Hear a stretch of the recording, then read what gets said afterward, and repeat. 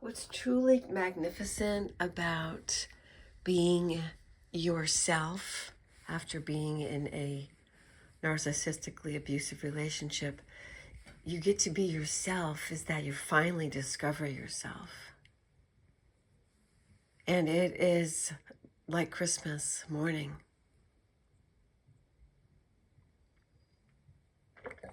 You find out the gifts of your own presence, the things that you like to do, and you do them. And it's without anybody correcting you or yelling at you or punishing you for perceived wrongs. It's just really nice to be without that in your life. I'm pouring myself a beverage. Pull up a cup of cuppa.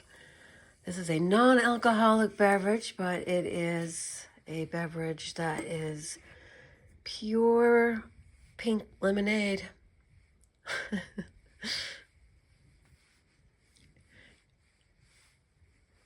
And I'm just walking around my condo looking at things and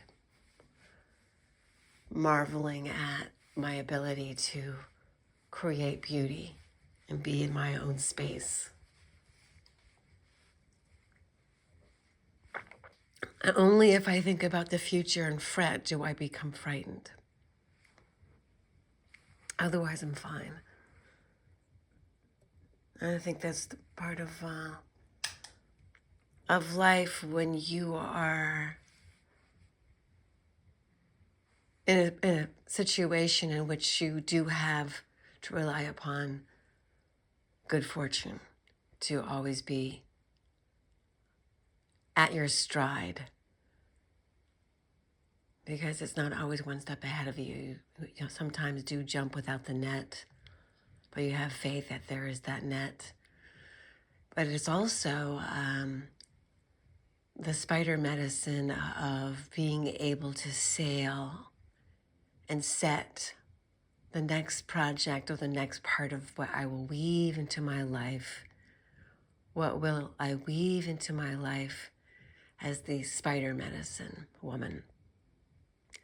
And so I bring to my people and to my own life and to my channel the power of the spider totem, the storyteller, the weaver, the pattern maker, the mover and the shaker, baby. I have some dancing videos. Oh my, I have some sexy ones too. Under my Planetary Tantra playlist. Have a look-see, babes. Have a look-see. Don't be a hater. I had somebody that commented on 3 different videos, and she was hating on me. Well, honey, I'm probably old enough to be your grandmother, or your mother.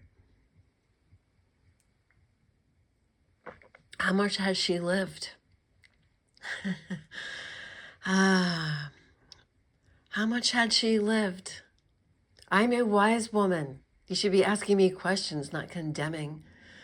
But whether you want to give me any advice or not, because, hey, I'll take it from somebody younger. Spill the tea. Spill the tea, little Gen Zs and the alphas to be. I'd love to hear what you have to say. The most important thing is to know that the most important decision you'll ever make, women, is to who you marry. Because who he is will color your entire life. And if he's miserable, he'll make your life miserable. If he's a emotionally immature man. Especially if he's a narcissist. Because they are miserable. They are super miserable, and they want you to be miserable too. They want you to be miserable too. God knows why. God knows why. I have no idea. Only I am going to get some flowers in the near future. And, okay, I use humor to uplift and heal. Oops. expressions of the two S's. I make light of dark situations, okay? So I have things going on. I am the fool and the sacred clown, yes. And I am contemplating this, dear friends. You know, one of the most important things for me as a woman is to quit making choices that violate my own nature. That's the key to health, key to the soul. I mean, if I violate my own nature, I violate all nature, and it sends out a bad ripple. And so one of the things that's important about healing is when a person is snide to you and hasn't had your experience and calls you a man-hater when you really aren't. You just hate what a man did to you.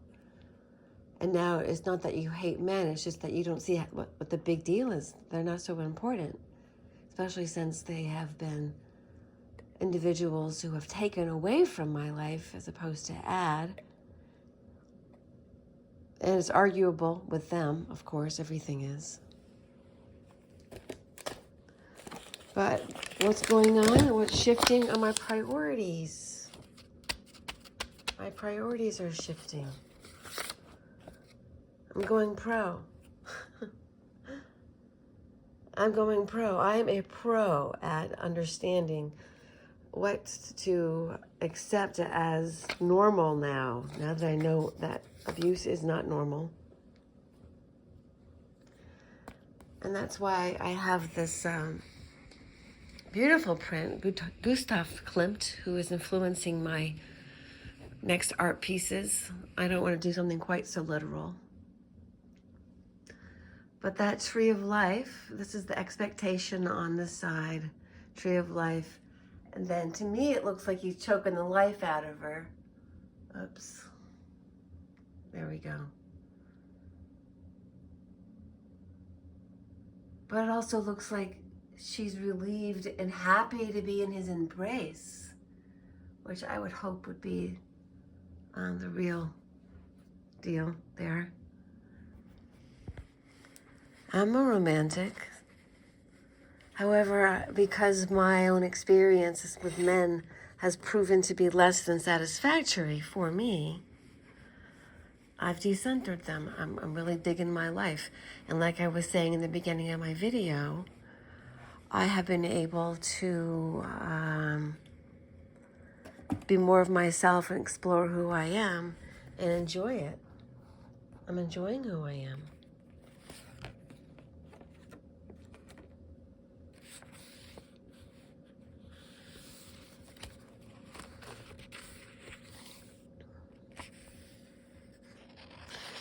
You know, these are all notes I've taken. We know we have a right to have anger over what has happened to us, but it would be disempowering if that's where we just stayed. It's important to have that anger, you know, but we can change the power the wounds have over us, and that's what spiritual kintsugi is. Once you realize that that parent was just such damaged material that they just really were pathetic and broken and sick, really, it's not so personal. So you get through the anger and you look at the psychopath, be it a parent or a lover or a husband, it no longer hurts you. The wounds don't hurt you. And hurt people, but for you, the spider power also is from spider bites, which I got on my cheek over on New Year's Day, actually, is that you then take that poison and you transform it. So the wounds of pain that are caused to you by loving do not make it so you don't love, but you must then love yourself and love your God as your mother, father, your creator, the divine masculine and feminine, the force of the earth and the universe of which you're in.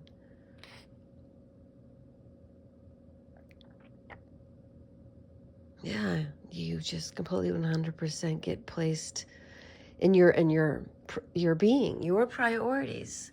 So that's less about being angry about what's happened to you, and it's more about, okay, that's happened, and now what?